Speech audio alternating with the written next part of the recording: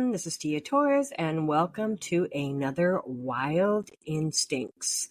And I must say that I am enjoying telling my story of how I became a dog trainer, but how I was taught more by other types of animals than actual humans. And, I never really took the career on as a traditional dog trainer. Like, I volunteered my time at all the animal shelters in Los Angeles. I worked in the film industry, but, I didn't go full force on it. And I think for that reason that a lot of people go, wait, you train dogs?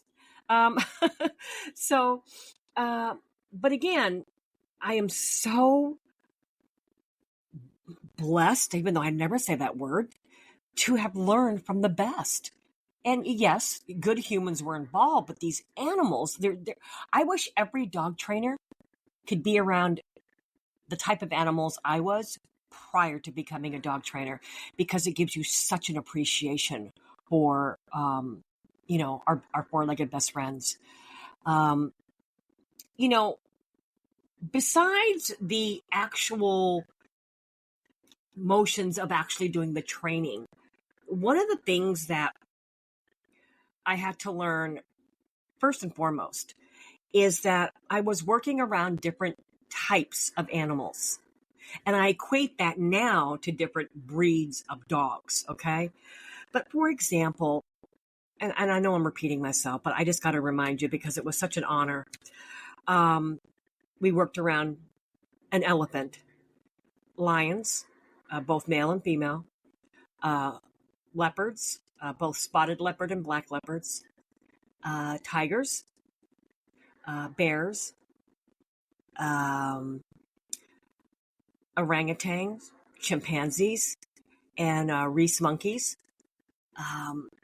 And because I was primarily with the wolf dogs, I still had to learn these other animals in case I was needed as a backup trainer, which I was on quite a bit.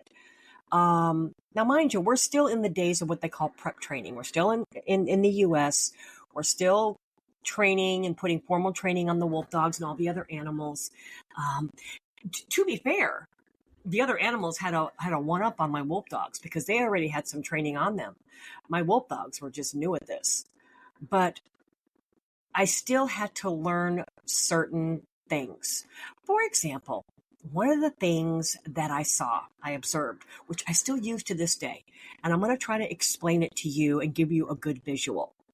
So the traditional hand signal combined with verbal cue to tell a dog to sit is your palm up, okay, in front of the dog, and you kind of just raise it, and you say sit, and you raise your hand up. Again, palm up, raise up. Well, I quickly saw that everybody there did it completely different. They palm down. Basically, their index finger or maybe their two fingers were like in a pointing, like you're pointing at somebody, and they would go up towards the sky and kind of arc over. Oh my God, I'm actually doing it as I'm explaining it to you. Okay. And they would raise it up and arc over, and that would basically, it was rocking the animal back into a sit. Now, I was told that, and again, it was their way, didn't make it wrong, is that because most of the animals they worked with were larger than them, were taller than them, they wanted to make a bigger visual cue. So raising their hand up in the air and bringing it more to the animal's eye line, and then arching over kind of tilted the animal back because the animal was watching your hand. That was their theory. And to this day, I use it. Even my kids do. We all learn that way. So it was just really cool to learn all these things. Things like with the tigers. Now, I didn't work much around the leopards, the baby leopards I did, but not the African lions, but mainly the tigers. And I was taught very quickly that when you're rewarding the tiger with his treat, we'll call it, which was like a chunk of chicken or a chunk of steak, and you put it on like a feeding stick, or they would put it in a frying pan, and the frying pan handle was taped to a long stick so you could stick it out to them. If you dropped it, and again, this is a reflex. We've all done it, right? As a dog trainer, you go to give a dog a treat, he drops a treat, your reflex is to go and pick it up, right, off the ground and give it to him. Yeah, you don't do that with a tiger. It will take your hand off, because what's theirs is theirs, and you have to remember that they're still a tiger. So, in working around the tigers, because I don't know why, but I kind of migrated towards them in addition to the wolf dogs. So I got to learn, like, for instance, when walking them through a particular area, keep them away from objects because they would reach out and grab them, and what's theirs is theirs. And just to jump into a different story, I worked on the Jay Leno show, again, years after this. And I was walking a young tiger, but it was still big. Okay. And we weren't paying attention. So it was the lead trainer, myself, and another trainer. Actually, if I told you his name, you would know him, because he had a TV show also. But we weren't paying attention. I don't want to get him in trouble along with myself. And on movie sets, they have like all the light stands and all the lights, right? And they use sandbags at the bottom of these light stands to weigh them down so they don't tip over. Yeah, well, we weren't paying attention. Got too close, and the tiger just reached out and swiped a hold of the sandbag and just got around that thing with both claws, both paws, and like, you think a dog growl is scary? Try pissing off a tiger. And it took quite a bit of coaxing with food and whatever to get him off that sandbag, okay? So these are just the things we got to learn, and I got to learn and appreciate the difference in all the different species of animals. But the most important thing I learned, no matter what animal I worked with, in appreciating who they were and what they were, is that at a moment's notice, they could kill you. Straight out.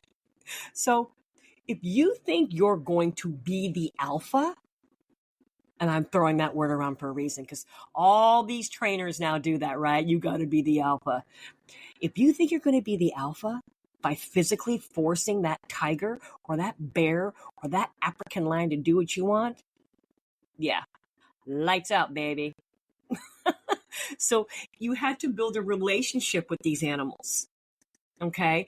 You had to have a mutual respect for each other. Because like I said, they could kill you. And the only reason they did not, it was because based on your relationship. So here I am working around animals, like the elephant, for example. You really? You're going to try an alpha role an elephant? Old dog whisperer, you? Yeah, I'm throwing out names. Oh, hey, Dog Daddy. Y'all know who he is, right? The goofball on YouTube? Uh-huh. Yeah, go ahead. Put a rope around a Bengal tiger's neck and whip him around like you do with those poor dogs in your class and show him who's boss. Mm-hmm. Yeah. We all know how that would all turn out, right? So for me, having that understanding and appreciation and respect, by the time I got on to dogs, they were welcoming. It was just like, oh, you're so easy. You're so nice. But I didn't take advantage of the fact that they only weighed 50 pounds and I could push them around and boss them around and manipulate them around. And that's what irks me so much about so many of these trainers today, is that they throw that alpha word around. And I'm like, you have no clue what that means, because I truly lived among the wolves and the wolf dogs. I truly hung out with packs and saw how the hierarchy works. The alpha doesn't walk around beating other dogs up or other wolves up. Okay? There's just this respect for him or her. Okay? She or he does not need to do that. And unfortunately, Cesar Millan, I'm going to say it. He's the one that brought that alpha word to the forefront and changed the meaning of it and made it like this catchphrase that everybody uses now. I'm the alpha. Oh, shut the F up. Just shut up. You're only alpha because your dog weighs 30 pounds, okay? I got a dog with orange and black stripes. Let's see how alpha you are to him. So the alpha word, for those of us that have been doing this for a long time and around these type of animals, the alpha word is like a dirty word to us. I just don't even like to hear it anymore. And it used to be such a cool word, but now it's nasty. To me, it just means you're a bully.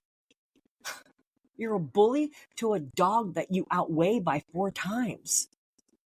There are ways to become, and I get it. There are dogs that are dominant and pushy, and there's one right now that I'm keeping my eye on that's gone viral on TikTok. His name is Simba, and the owner has allowed him to become completely dominant of the house, and it's getting to be dangerous for her. The thing is, this dog is so big, he could kill his owner. He could kill her, and it's coming close. So I'm hoping that, she doesn't fall victim to one of these alpha dog trainers who's going to try and convince her to push her dog around because he's going to snap on her. So what, in my opinion, she needs to do is become the head of her household. But in this particular situation, it's mind over muscle. She has to use her brain. She has to use her mind and manipulating the surroundings now and managing the situation to where her dog Simba starts to comply without getting physical because she's going to lose. And that's how it is with these animals we worked with. So to this day, I still apply that. I don't ever, only if it's a matter of life or death and I'm being attacked. Okay, well, I get physical with the dog, but there's no need for it. If you have a good relationship with your dog, and I mean like 50-50, right? Like any marriage, 50-50. There are ways to, again, change your environment, your management program, your situation to where you can get back some control and some peace in your household if your dog does become one of those dominant, pushy dogs. Whew, I got a little emotional there because it just, the alpha word, again, I just can't stand it anymore. Okay, well, on that note, I guess I'm going to take a breather and let everybody go.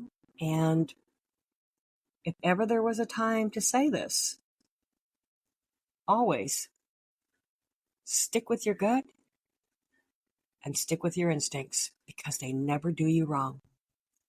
Until the next time.